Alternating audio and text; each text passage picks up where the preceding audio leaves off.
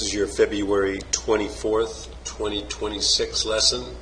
I lost the photo of, before the lesson. So I picked, a week before, and this is the swing you brought in, the one on the right. So that's why the pants don't match.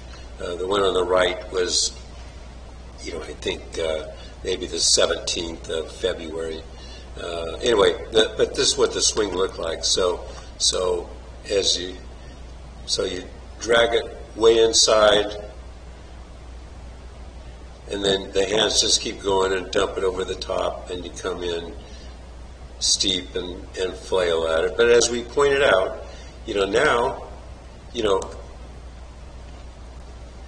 depth now on this swing is, about midsole, where you want it towards the heel, but in the old days, you had no depth, so you had it just about on the toe line, so it was about there, okay? So, and because you have some depth, that allows you to get by with a little hand movement, but that's just too much. So, as you can see, from your perspective, that shaft is going counterclockwise, and we need it to be going clockwise. But see, releasing through the ball, that's why you can play damn good, because you're now releasing through and getting the right toe. So on it, and did some talked about dropping the hands, and we ended up with this on the left. So let's just play this thing through.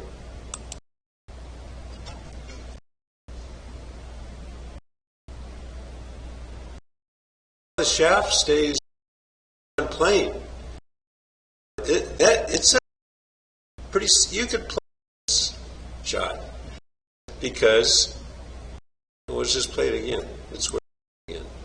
Okay, so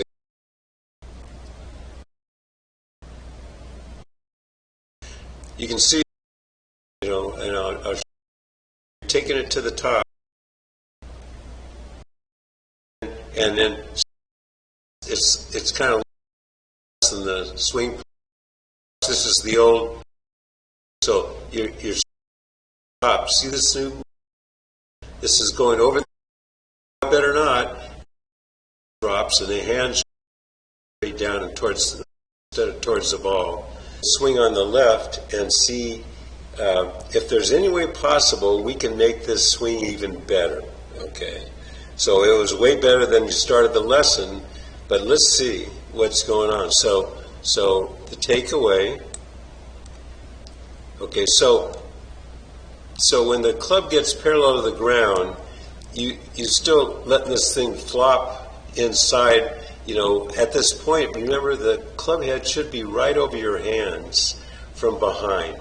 That just makes this move and the shallowing out easier. So if you can just get by with your buddy here on the right, see when he gets the shaft parallel to the ground, see how the club head overlaps his hands from behind? So right now he's on plane. All he has to do is rotate and get the head up here, and he gets to a perfect top position. Okay. You've got to work to get this back on plane, and you do a nice job doing it, but it's extra commotion which causes some inconsistencies. So then from there, so here's the other thing. So at this point,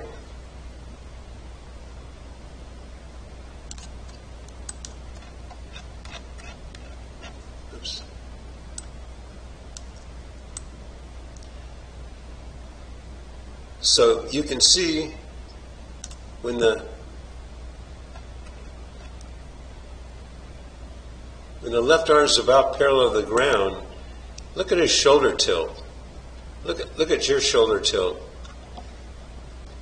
So what's happening is that here's your shoulder tilt roughly. So that left shoulder is bumping into your chin. You can't rotate your your shoulders anymore. You got to just lift this with your hands. See this guy right here? So, and we've talked about it before. When you go horizontal to the ground, at impact, you're going to have a hard time finding ground. Whereas he goes up, he leaves that left shoulder there, drops the club right on the ball. So he can find ground. Here, you go to the top. Now, so you get up out of it too. See how your head comes up? Because that shoulder is your chin, so you rise up. See that? Shoulder's pushing it. So get your chin, and you won't. See how he head as it goes under his chin, getting the shoulder good will help everything.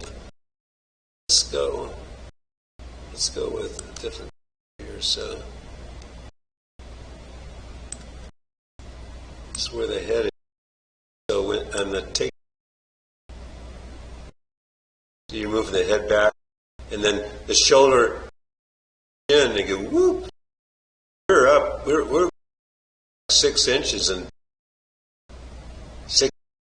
Right? Yeah. Now, not only because that shoulder left, you got to get your head to where it started. So look here, and then down,